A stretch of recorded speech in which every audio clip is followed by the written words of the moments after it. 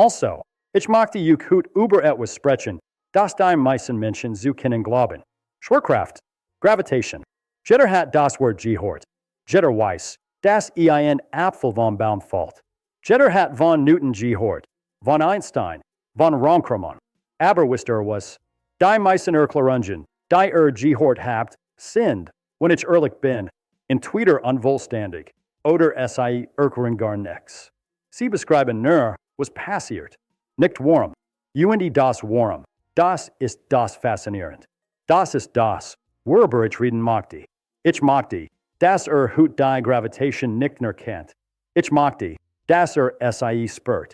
Dass verstet, was es tatsächlich bedeutet, wenn wir sagen, Masse erzeugt Schwerkraft. Was ist das eigentlich? Was passiert da wirklich? Fangen wir von vorne.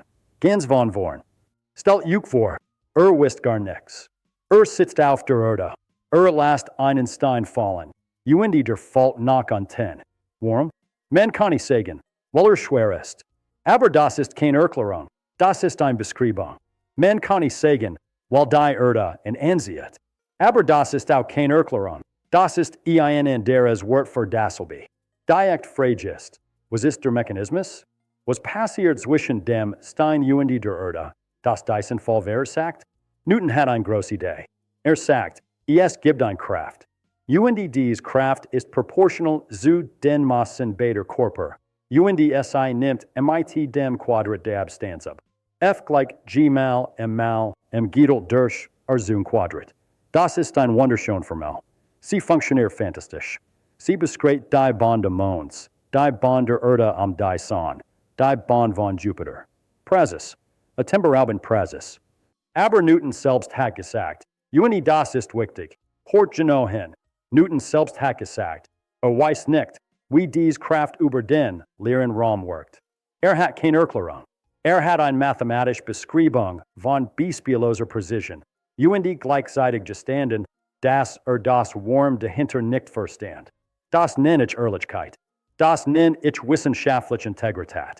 Und so blieb es für ungefähr 200 Jahre. Dann kam Einstein. Und Einstein sagt etwas Merkwürdiges. Sagt, die Schwerkraft ist keine Kraft. Sagt, Schwerkraft ist die Geometrie der Raumzeit. Sagt, Masse krümmt den Raum. Und was wir als Schwerkraft erleben, ist eigentlich nur ein Objekt, das auf dem gesessen Weg durch ein gekrümmter Raumzeit entlang gleitet. Das klingt schön. Das klingt poetisch. Billy lit nicht kennen, wenn das hören. Aber ich frage euch, habt ihr das wirklich verstanden? Was bedeutet es, dass Raum gekrümmt ist? Was bedeutet es überhaupt? Wenn mir erklärt, was gekrümmter Raum bedeutet, ohne ein anderer Metaphor zu benutzen, dann habt ihr es wirklich verstanden. Meistens nicht. Meistens haben wir nur eine Metaphor ausgetauscht gegen einander. Ich will euch einen anderen Weg sehen. Nicht weniger korrekt, tatsächlich gleichwertig, physikalisch völlig äquivalent zu Einsteins Theorie. Aber einen Weg, der von einem anderen Ausgangspunkt kommt. Einen Weg, den ich in meinen Vorlesungen über Gravitation im Caltech in den frühen 60er Jahren entwickelt habe. Einen Weg, der von Teilchen und Feldern ausgeht, nicht von Geometrie. Und ich möchte, dass das folgend wirklich durchdenkt, denn es ist tiefer, als es zunächst erscheint. Wenn man ein neues Nähergesetz aufstellen will, ein neues Kraftgesetz, ein neues Wechselwirkung, dann stellt man sich als Physiker bestimmt grundlegende Fragen. Die erste Frage lautet, durch was wird die Kraft vermittelt? In der modernen Physik wissen wir, dass alle Kraft durch den Austausch von Teilchen vermittelt werden. Die elektromagnetische Kraft, das Licht, das Gerät set, der Strom in Urenleitungen, wird durch den Austausch von Photonen vermittelt. Die schwache Kernkraft wird durch die sogenannten W, und Z-Bosonen vermittelt. Die starke Kernkraft, die Atomkern zusammenhält, wird durch Gluonen vermittelt. Was ist also das Teilchen, das die Gravitation vermittelt? Wir nennen es das Graviton. Wir haben es noch nie direkt beobachtet. Die Gravitation ist so unglaublich schwach, dass ein einzelnes Graviton zu messen praktisch unmöglich ist. Aber wir können allgemeinen Prinzipien ableiten, welche Eigenschaften es haben muss. Und das ist faszinierend. Denn diese Eigenschaften folgen fast zwangsläufig aus dem, was wir bereits wissen. Folgt mir hier. Das ist ein Gedankengang, den ich wirklich liebe. Zunächst, wie weit reicht die Gravitation? Sie reicht, so weit wir wissen, unendlich weit. Sie nimmt mit dem Quadrat der Abstände ab, aber es wird nie null. Jetzt gibt es in der Quantenfeldtheorie ein fundamentales Prinzip. Wenn ein Kraft wirklich unendlich weit reicht, also nach dem inversen Quadratgesetz fällt, dann muss das Austauschteilchen keine Ruhemasse haben. Masslos, das Photon zum Beispiel. Masslos, und der Elektromagnetismus reicht auch ins Unendlich. Where das Graviton massiv, dann wird die Schwerkraft bei großen Abständen schneller abfallen, als wir beobachten. Da wir dieses schnellere Abfallen nicht sehen, muss das Graviton masslos sein. Punkt 1. Jetzt Punkt 2. Was ist der Spin des Gravitons?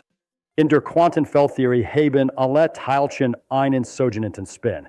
Ich weiß, das ist ein seltsames Konzept. Der Spin eines fundamentalen Teilchens ist keine wirkliche Rotation wie bei einem Kreisel. Es ist eine Nährquantensel. Aber es hat real, messbare Konsequenzen. Insbesondere bestimmter Spin, ob ein Kraft anzieht oder abstößt. Hier wird es interessant. Ein Teilchen mit halbseitigem Spin, wie zum Beispiel das Elektron mit Spin 1/2, kann gar keine Kraft in diesem Sinn vermitteln. Das wird zu kompliziert mit der Statistik, den Fermionen. Also, Spin 1/2 scheidet aus, ein Teilchen mit Spin 0. In sogenanntes Skalarfeld wird ein Kraft erzeugt, die zwischen gleichartigen Massen tatsächlich abstoßen wäre. Das widerspricht der Beobachtung. Die Schwerkraft ist immer anziehend. Also, Spin 0 scheidet auch aus. Ein Teilchen mit Spin 1, sowie das Photon, vermittelt ein Kraft, bei der Gleichladungen sich abstoßen und die Entgegengesetzt sich anziehen.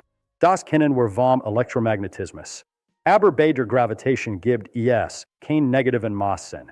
Alle Massen sind positiv, und alle Massen ziehen sich an. Also, Spin 1 funktioniert auch nicht. Was bleibt? Spin 2.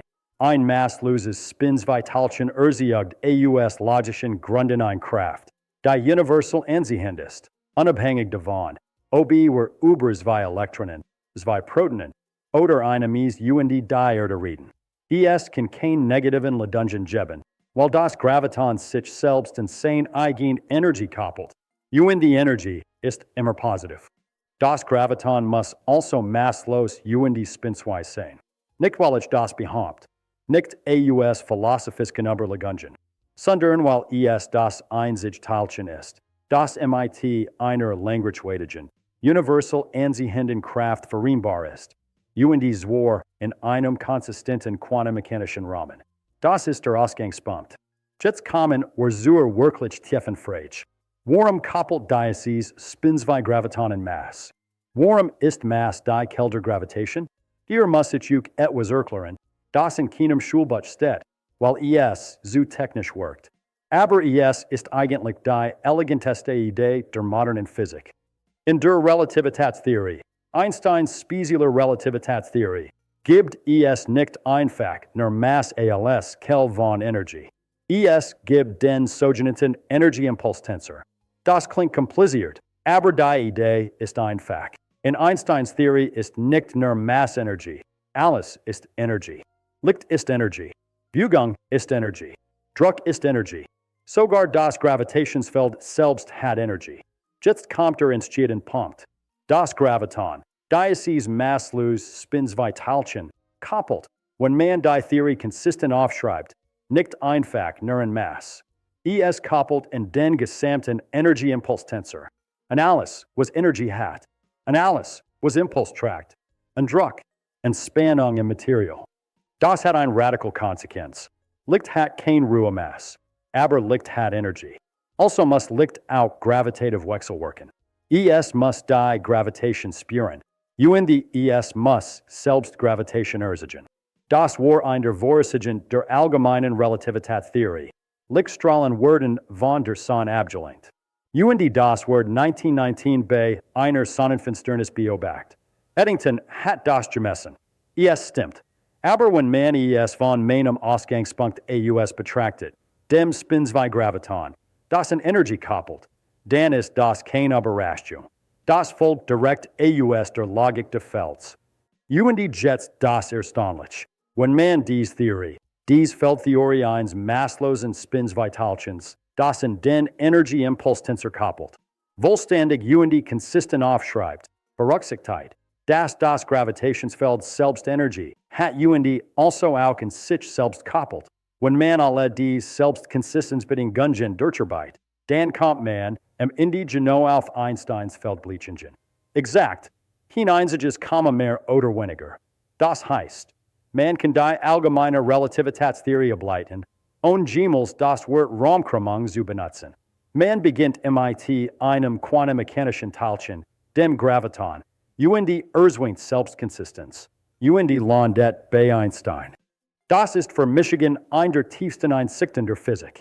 Nicht weil es eine neue Formel liefert, die Formeln sind dieselben, sondern weil es sagt, dass die Geometrie der Raumzeit kein mysteriös, eigenständig Entität ist. Sie ist die klassische Näherung eines Quantenfelds. Sie ist das, was emergiert, wenn sehr viel Gravitonen ausgetauscht werden. Jetzt, und das ist die Frage, die ich am Anfang gestellt habe. Warum ist es ausgerechnet die Masse, die Gravitation erzeugt? Und die Antwort, die ich geben muss, ist philosophisch unbefriedigend und gleichzeitig die ehrlichste, die ich kenne. Masse ist nicht die einzige Quelle der Gravitation. Alles, was Energie hat, erzeugt Gravitation. Masse ist eine Form von Energie. Das ist Einsteins berühmte Formel E gleich mc². Aber Energie ist breiter als Masse.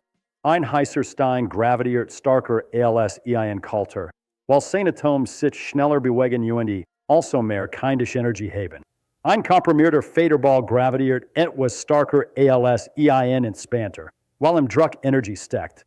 Ein Laserstrahl, der keine Ruhemasse hat, gravitiert dennoch, weil Energie trägt. Die eigentliche Quelle der Gravitation ist also nicht Masse. Die eigentliche Quelle ist Energieimpuls in seiner vollständigsten Form. Und warum koppelt das Graviton darin? Das ist die tiefste Frage. Und hier muss ich ehrlich sein. Ich weiß es nicht vollständig. Niemand weiß es vollständig. Die Theorie beschreibt es mit unglaublicher Präzision. Aber das letzte Warum, das hinter allem steckt, ist noch offen. Das ist kein Versagen der Physik. Das ist der Horizont, in dem sie gerade arbeitet. Aber lasst Michigan etwas über die Tief dieser Frage sagen.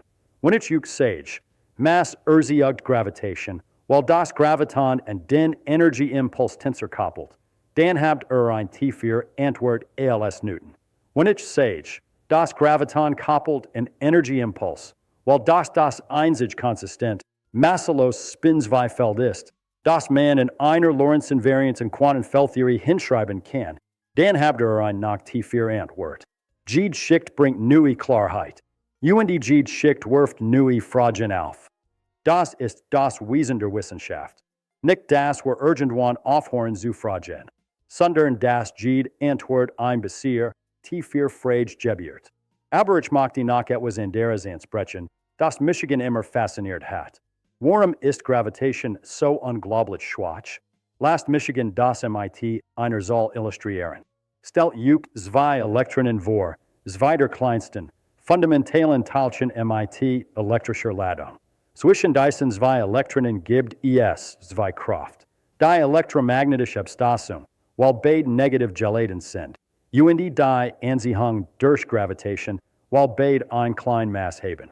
Das Verhältnis dieser beiden Kraft, elektromagnetische Abstoßung zu Gravitationsanziehung, ist ungefähr 1 zu 4,2 mal 10 hoch 42. Schreibt das auf, 10 hoch 42. Das ist ein 1 MIT 42 Nullen dahinter.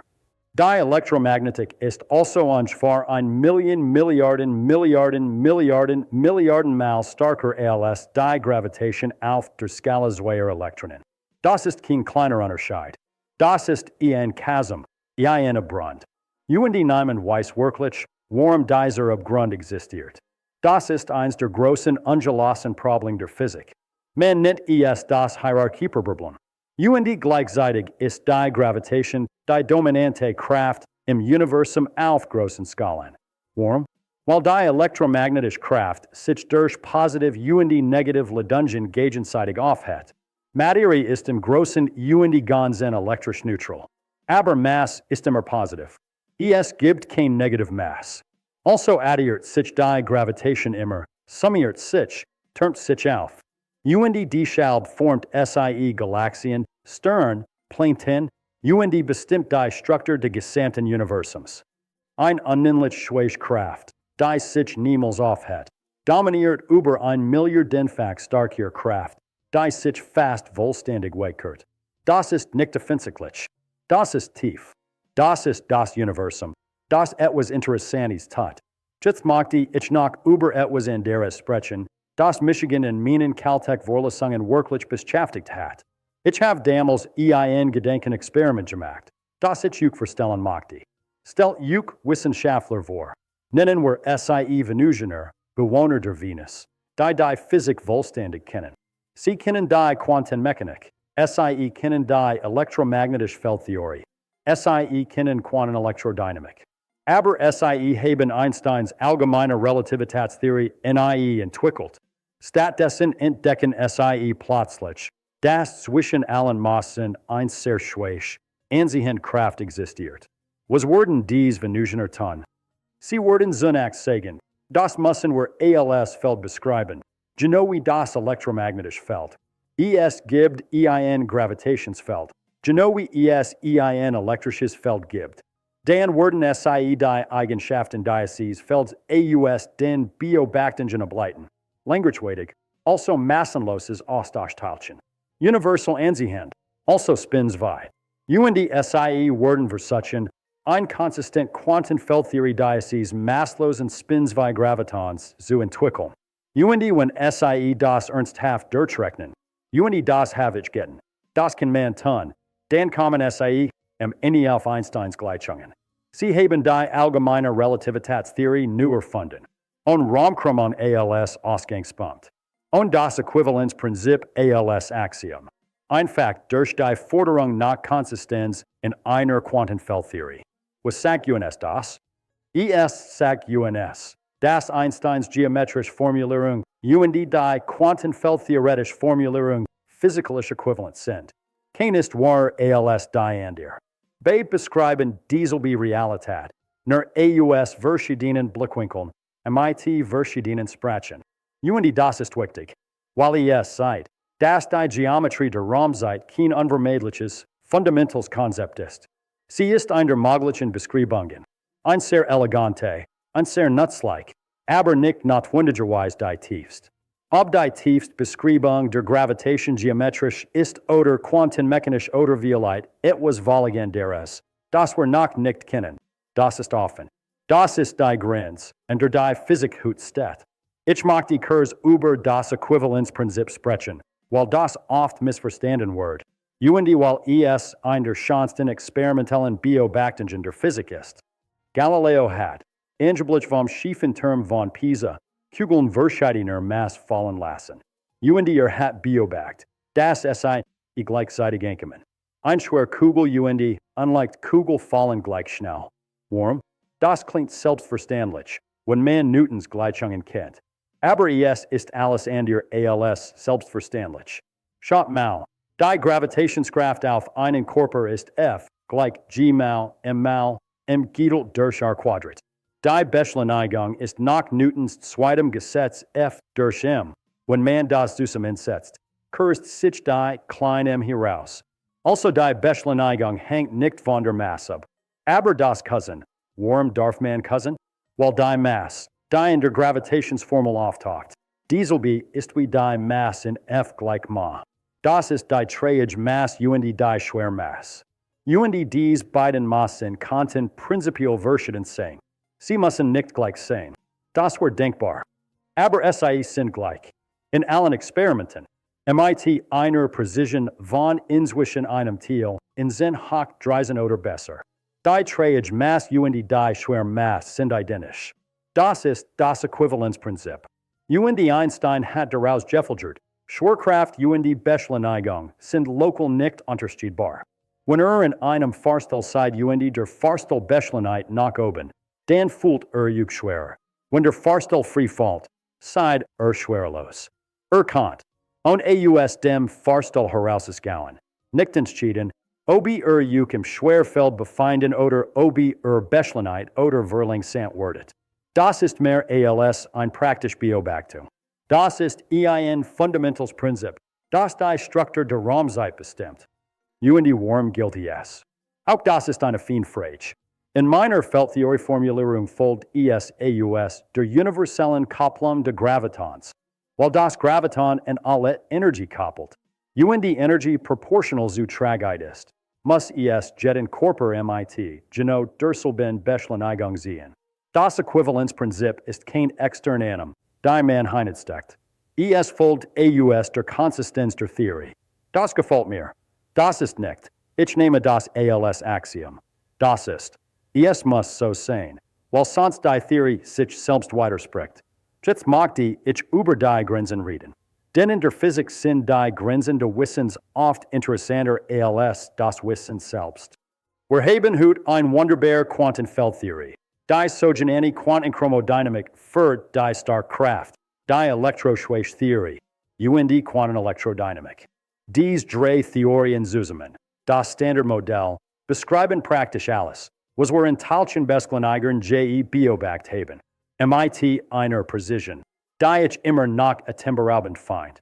Aber Gravitation passt nicht hinein. Wenn man versucht, die Quantenfeldtheorie der Gravitons, die Theorie, die ich beschrieben habe, über die niedrigsten Näherungen hinaus zu berechnen, bekommt man Unendlichkeiten. Man sagt, die Theorie ist nicht renormierbar. Die mathematischen Korrekturen auf hoher Ordnung divergieren. Man kann es nicht auf konsistent Weise kontrollieren. Das ist ein ernstes Problem. Es ist nicht, dass die Theorie schlecht vorhersagen macht. Auf der Skala, die wir heute messen können, sind die Vorhersagen exzellent. Es ist, dass die Theorie aufhört, sinnvoll Entwerten zu geben, wenn man sehr hohe Energien betrachtet, in der Nähe der sogenannten Planck-Skala. Das ist eine Energieskala, die so unvorstellbar hoch ist, dass kein denkbarer Teilchenbeschleuniger dorthin reichen konnte. Aber es ist trotzdem ein konzeptionelles Problem. Die Theorie ist nicht fundamental vollständig. Das ist der Stand der Physik heute. Wir haben keine Quantengravitation. Wir haben wunderbar klassische Beschreibungen, Einsteins allgemeine Relativitätstheorie. Wir haben wunderbar Quantenfeldtheorien für alle anderen Kraft. Aber die Vereinigung der beiden, eine konsistente Theorie, die soll die Quantenmechanik als auch die Gravitation vollständig beschreibt, haben wir noch nicht. Es gibt Kandidaten, Stringtheorie, Schleifenquantengravitation, andere. Ich werde kein davon in diesem Vortrag als die Antwort verkaufen. Das wäre unehrlich. Kein dieser Theorien hat bisher ein klar, experimental überprüfbar Vorhersage geliefert, die über das hinausgeht, was wir schon wissen. Das ist der aktuelle Stand. Ich sage das nicht als Kritik in den Physikern, die deren arbeiten. Ich sage das als Beschreibung. Wie weit wir gekommen sind wie weit wir noch gehen müssen.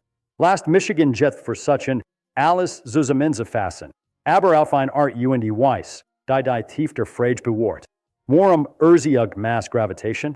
Auf der einfachsten Ebene, weil alle Materie Energie hat. Die Schwerkraft in Energie koppelt. Auf der nächsten Ebene, weil das Masslos spinnt zwei Teilchen, das Graviton, die einzig konsistent Art ist, in einer relativistischen Quantenfeldtheorie ein Langreichweitig, universal ansehen Kraft zu beschreiben. Auf der noch tieferen Ebene, weil die Selbstkonsistenz dieser Theorie zwingt, dass das Gravitationsfeld selbst ein Energiequal ist, was zu nicht-linearen Gleichungen führt, die exakt Einsteins Feldgleichungen sind. Auf der tiefsten, ehrlichsten Ebene, wir wissen es nicht vollständig.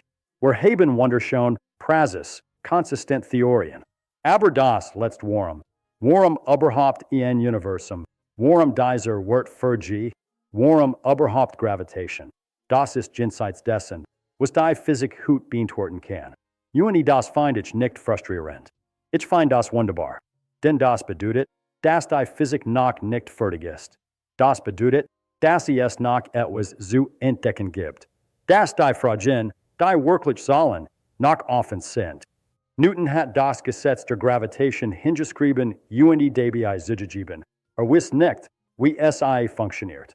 Einstein hat erklärt, sei Geometrie. Und dabei eine Theorie geschaffen, die bis heute funktioniert.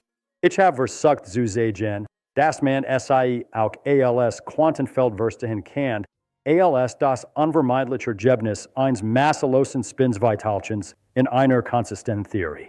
Dieser Beschreibungen ist wahr. Kein ist die vollständige Wahrheit. Das ist das Merkmal echter Wissenschaft.